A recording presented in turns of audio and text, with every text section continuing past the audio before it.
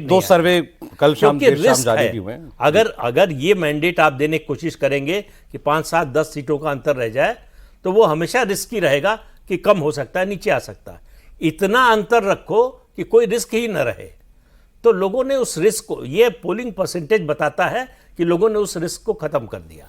ठीक है कि क्लियर मैंडेट होगा। जो कि मैं आपसे कह रहा था, दो सर्वे जो और आए हैं, एक आया चाणक्य टुडे का, तो उन्होंने वही 190 के ऊपर दिया है बीजेपी को, और दूसरे ने वही 150 160 वोट 5 का जो आया है उन्होंने वैसा सर्वे दिया है। आप कह रहे हैं 190 भी नहीं हुआ तो 70 पार तो हो गई, 170 प्लस। नहीं, उससे ऊपर 190 हो तो कोई आश्चर्य नहीं। मैं तो कह रहा हूँ 200 भी पहुंच जाए तो कोई आश्चर्य की बात नहीं।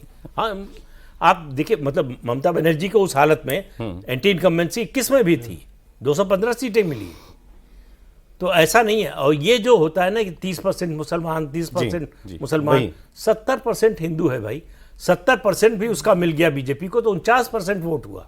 ठीक है। और 49% का मतलब है जो ममता को मिला था उसमें से कम होगा ममता का। दोनों चीजें देखिए, बीजेपी का बढ़ेगा हिंदू वोट और ममता बनर्जी का कम होगा, तो वो डिफरेंस को और बड़ा कर देता है। ठीक है। तो इसलिए उस 30% से कोई फर्क नहीं पड़ने वाला है। वरना आप देखिए उत्तर प्रदेश जैसे राज्य में जो है वो संभल की सीट बीजेपी कभी जीत सकती है। ठीक।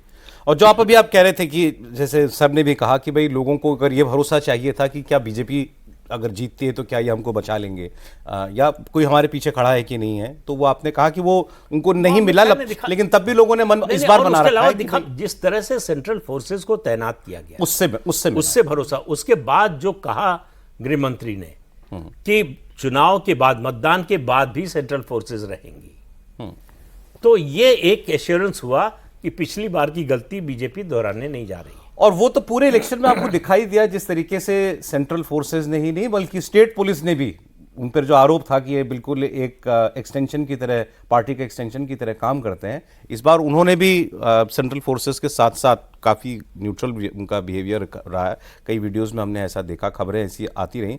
और जहाँ तक बीजेपी के लड़ने का सवाल है तो वो कल रात को भी प्रूव हुआ। ममता बनर्जी को 4 घंटे स्ट्रांग रूम में बैठना पड़ा तो सामने शुभेंदु अधिकारी ने अपना आदमी बैठाया कि तुम सामने बैठोगे। 1 इंच कोई जगह स्पेस देने के लिए ममता बनर्जी की पार्टी को बीजेपी कहीं छोड़ नहीं रही है। बिल्कुल सर। और जैसे मेरा अपना ये मानना रहता है कि किसी भी एग्जिट पोल से ज़्यादा अगर आप पॉलिटिकल पार्टीज़ के अंदर के फीडबैक को लेना तो उससे ज़्यादा भरोसेमंद कुछ नहीं होता है, क्योंकि हर बूथ पे उनके वर्कर महीनों से रहते हैं। और बीजेपी जैसी पार्टी तो 3-3, 4-4 महीने से लोगों को वहाँ पे कैंप कराई रहती है और इतना बड़ा फोर्स होता है। तो उसमें जो अगर प्रोजेक्शन के लिए वो डाटा ऑन रिकॉर्ड आके भले कुछ बोल दें, अंदर खाने सिस्टम को पता होता है कि फिगर कहाँ जा रहा है। तो दोनों पक्ष को अगर आप देखें, बीजेपी और टीएमसी को, तो एक चीज़ एकदम आपको समझ में आएगी कि बीजेपी का कॉन्फिडेंस लेवल गजब का है और टीएमसी दबाव में है। और टीएमसी वाले ये ज़्यादातर आपको कहते हुए मिलेंगे, उनसे जुड़े हुए लोग की नेक टू नेक जा रहा है, ठीक। और बीजेपी वाले इतने कॉन्फिडेंस में हैं कि वो ये बताने में लगे हुए हैं कि टीएमसी ने क्या क्या गलतियाँ की, कहाँ कहाँ चुनाव टीएमसी से ख़राब हुआ। दूसरी चीज़ कि सौरभ, पहले फेज़ के बाद जब बीजेपी में टॉप लेवल पे कुछ आइडियाज़ आए बाहर से, टॉप लेवल पे डिस्कशन करने के लिए कि ये सेकंड फेज़ के लिए ये करना चाहिए, तो सीधे ये निर्देश दिया गया कि कीप इट सिंपल। पहला फेज में जिस प्रकार से हम लोग आगे बढ़े हैं, कुछ भी एक्सपेरिमेंट करने की ज़रूरत नहीं है, हम लोग बहुत आसानी के साथ बहुमत में जा रहे हैं। तो जब आप फ्रस्ट्रेशन में होते हो, दबाव में होते हो, तो बहुत कुछ ट्राई करते हो, बहुत कुछ उठपटांग बोलते हो, जो कि टीएमसी करते हुए नजर आ रही है। बीजेपी एकदम कूल कमांड।